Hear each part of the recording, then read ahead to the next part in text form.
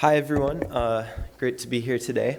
So today I'll be talking about a project. It's been ongoing and many people have been involved in it over the years, but this is the latest kind of update and development in a kind of long-standing effort to develop methods to detect informal settlements. And I'll be presenting the work today, but there's many people involved both in the field as well as in the university context who've been really helpful in this work.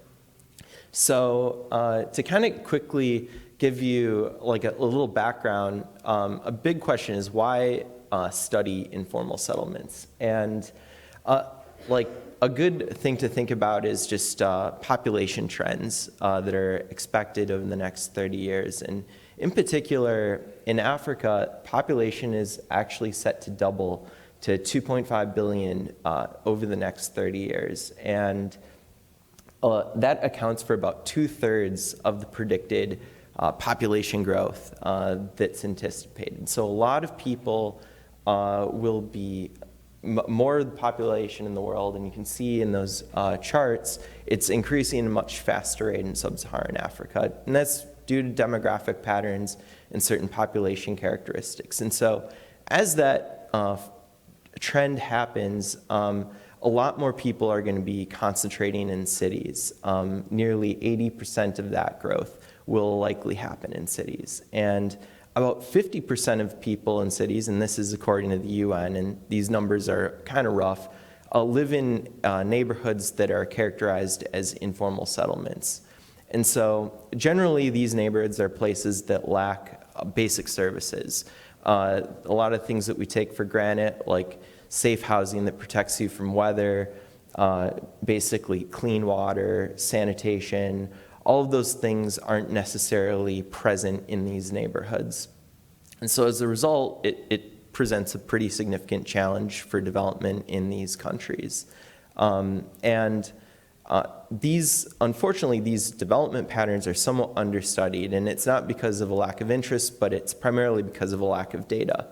And so that's kind of where we come in, because we've identified this lack of data, and we're trying to develop a better way to detect and map these areas. And so kind of getting more into formal definition provided by the United Nations about what is an informal settlement, their official definition is that it's a community where the households lack one of these 5 criteria: durable, safe housing, sufficient living area, access to improved water or improved sanitation, and secure tenant, protection against basically being evicted.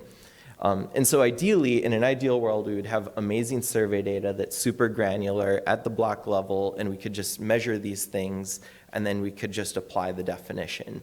Unfortunately, that survey data doesn't exist in an apples-to-apples, internationally comparable way that's time series based and super detailed.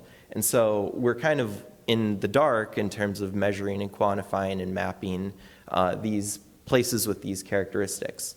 So because that's unavailable, we sort of set out to think about what data is available. And what we've found is that there's a lot of data with physical spatial properties, whether it's streets or building footprints, and we could use that to potentially detect informal areas. And so to give you a sense of what an informal settlement looks like from a bird's eye view, this is Kibera in Nairobi. It's a really large kind of well-known informal settlement. You can see that there are streets, but a lot of the buildings are densely crowded within a block, and all those buildings within that block don't access streets. And if you don't access a street, you don't have access to all the infrastructure that we pile onto streets. We move water through it, sanitation goes through it, sewers, emergency responders, trash collectors. All of this stuff requires streets. And if streets aren't present, it's really difficult to funnel in those critical services into an area. So it's really a spatial problem in a lot of ways, and just the lack of streets. There's a lot more to it, obviously, but that's one telltale sign. If you don't have a street, it's harder to have these higher level critical services present. And so how do we detect informal settlements given that? What we do is we use an algorithm that computes a topological index. We call it K-complexity, which is like unnecessarily confusing maybe, but that's what we call it. And what it does is it measures this central physical problem of slums. It's the lack of street network access and related service infrastructure. And so you can see in this diagram, I don't know if this, does this work? Hello? Okay, cool. Hello? 1, 2, 3, 1, 2, 3. So yeah, you can see in this diagram right here, this is kind of a way that we can show how the algorithm works in practice. What we have right here is each one of these, it's a Voronoi tessellation, and each one of these shapes is a parcel for an individual building. So when you see each parcel, imagine there's a building present. What the algorithm does is it basically counts the number of layers. So if you were in the middle of this block in the most inaccessible part, it'd be the number of parcels you would cross if you were walking to an external street. And so the black lines are external streets, and each of the parcels is a building. And so as a result, we would assign the value of 7 to this block because there's 7 layers. And so it's a pretty simple measure, but it provides like a powerful way to have internationally comparable data and to do this at a global scale, to identify areas with these sort of densely crowded characteristics and that lack access to streets, which are a necessary condition for a lot of different kinds of services. So there's a lot of challenges in doing this, and I'm not going to go through all of our fixes, and that's like it would take hours. But you know, GIS data is large, it's messy, planet scale parallelization is a really hard problem. Our algorithm is really complicated, and it doesn't lend itself to like use like packages like Dask GeoPandas and things like that are designed for GIS parallelization. So it was a really hard effort, and I'll just kind of like wave my hand and kind of like move on. But if you're interested, I'm happy to talk about all of the solutions that we had to come up with to prep the data and the infrastructure just so it was feasible to address this problem. But what I will do is I want to give a shout out. We did everything in Python. That was the software we used. But there were a few packages that were totally game changers, and I want to give those a shout out and get them on everyone's radar. PyGeos, that's the new engine that will be powering Shapely 2.0, which is what GeoPandas uses. And in literally the coming weeks, that transition will happen. And that gave us like 100 times speed up over the historic Shapely version. And so I'll just say that was a massive game changer. There's Xarray. We do some raster modeling in this, and that's basically gives you a pandas-like interface for working with raster data, makes it really easy to use, and it's also super efficient. And then Apache Parquet. This is, I think, what everyone in like 5 to 10 years is going to be using with their GIS data, because it's ultra compressed. It's like half the size of most GIS files, and it allows you to do a lot of really cool things like query pushdown, so you can query the file without reading it all into memory. And so for parallelization, that's totally a game changer. So these were the tools that made this possible, and I want to definitely get these on everyone's radar. In terms of the data, so in a previous version of this project, we used OSM. Unfortunately, OSM has crowdsourced data that isn't always uniformly available everywhere. And this is one area in Lagos, Nigeria. There's like no building footprints in OSM in this area. So we partnered up with this group. We partnered up with Gates, which gave us access to this data, it's from Acopia, Maxar, and they have an algorithm that goes around and looks at the remote sensing data and extracts the features of building footprints. And so that's what we use for building footprints. But we really only have 2 ingredients: building footprints and street networks to do this entire project.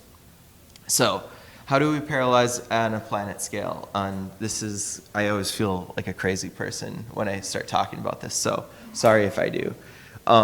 So first, what we do is we take data at the country scale, and we just take like the country delineations. We split those up into administrative areas using that GADM database. And then from the administrative areas, we split those up further into blocks. We create those blocks. We do that using just like basically streets, natural features, and other characteristics in OSM, and we cut out basically every enclosed area within on the entire planet, in this case sub-Saharan Africa. And so what we're able to do is create like really small units of analysis that we could then parallelize. And so we don't have to read everything into memory. We can chunk things out into maybe administrative areas and parallelize across the blocks. It's kind of like an accident we created this. We did this because we needed to parallelize, but it's also like integral because we now have like kind of a internationally harmonized system of block units that we can regenerate. So then what we do is how many minutes? Okay. Yeah, we basically take the algorithm, we apply it to a block, and then we generate the index. And you can see right there. And so you can see when you run it over many blocks, this is what you get. And then we do a asymmetric model. I'm not going to get into the details a ton right here, but it basically allows you to move from raster data, which kind of looks like an Atari, to more like high resolution data, which in this case is like contoured to our blocks. And so that allowed us to count people, which is a really important part of the work that we're doing. And so you can see right here, this is an example of the population maps that we were able to produce.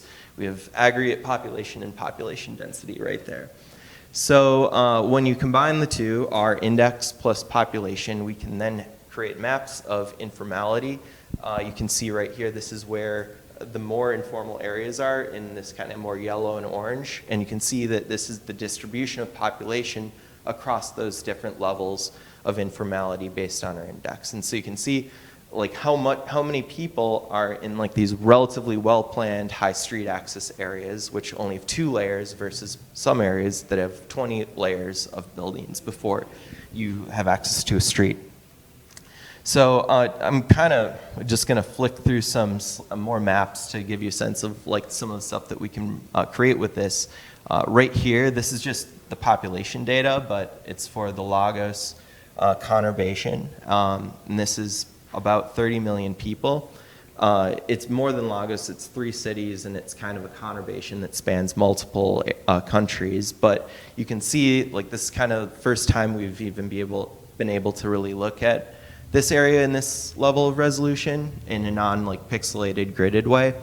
And so it's kind of some interesting insights that you can derive. And then, right here, zooming in a little bit more on Lagos, you can see where more people are right here. And also we can have these maps of like this kind of informal settlement index that we've derived. And so you can see actually it's in a lot of areas it's relatively well planned and there are streets. Doesn't mean that they have all those services, but it at least is a precursor to delivering those services. And you can see this is the relative distribution. So in Lagos it's actually a good amount of the population is in well-planned areas. And so, and right here, we did this for Lagos, but we can also do it for basically all the large cities in Africa. And so you can see right here, this is basically rank ordered by population, and this is rank ordered by average K-index, our measure of informality. And so you can kind of quickly see the distribution across these different levels for different cities. And so Lagos is the largest in terms of just absolute size by a long shot. You can see that there's other areas that have a higher level of K as a share of its total population right here. And so we have Madagascar, Cameroon, Uganda, and kind of more of a secondary city in Nigeria at the very top of that list. And so, I'm at 1 minute, and so I can kind of quickly wrap up. But yeah, this is zooming another map for y'all. This is the composition of our index across Africa at the country scale. And so you can kind of see one of the big insights is, and it's actually in this next slide, is that most of the informality is in non-urban areas and peri-urban areas adjacent to urban centers. And so you can see that really the core urban areas represent a pretty small share of the overall high K inaccessible areas. And so that's kind of a preview to some of the results that we're coming up with, and definitely feel free to let me know if any of you have questions or interested in discussing further. Thanks.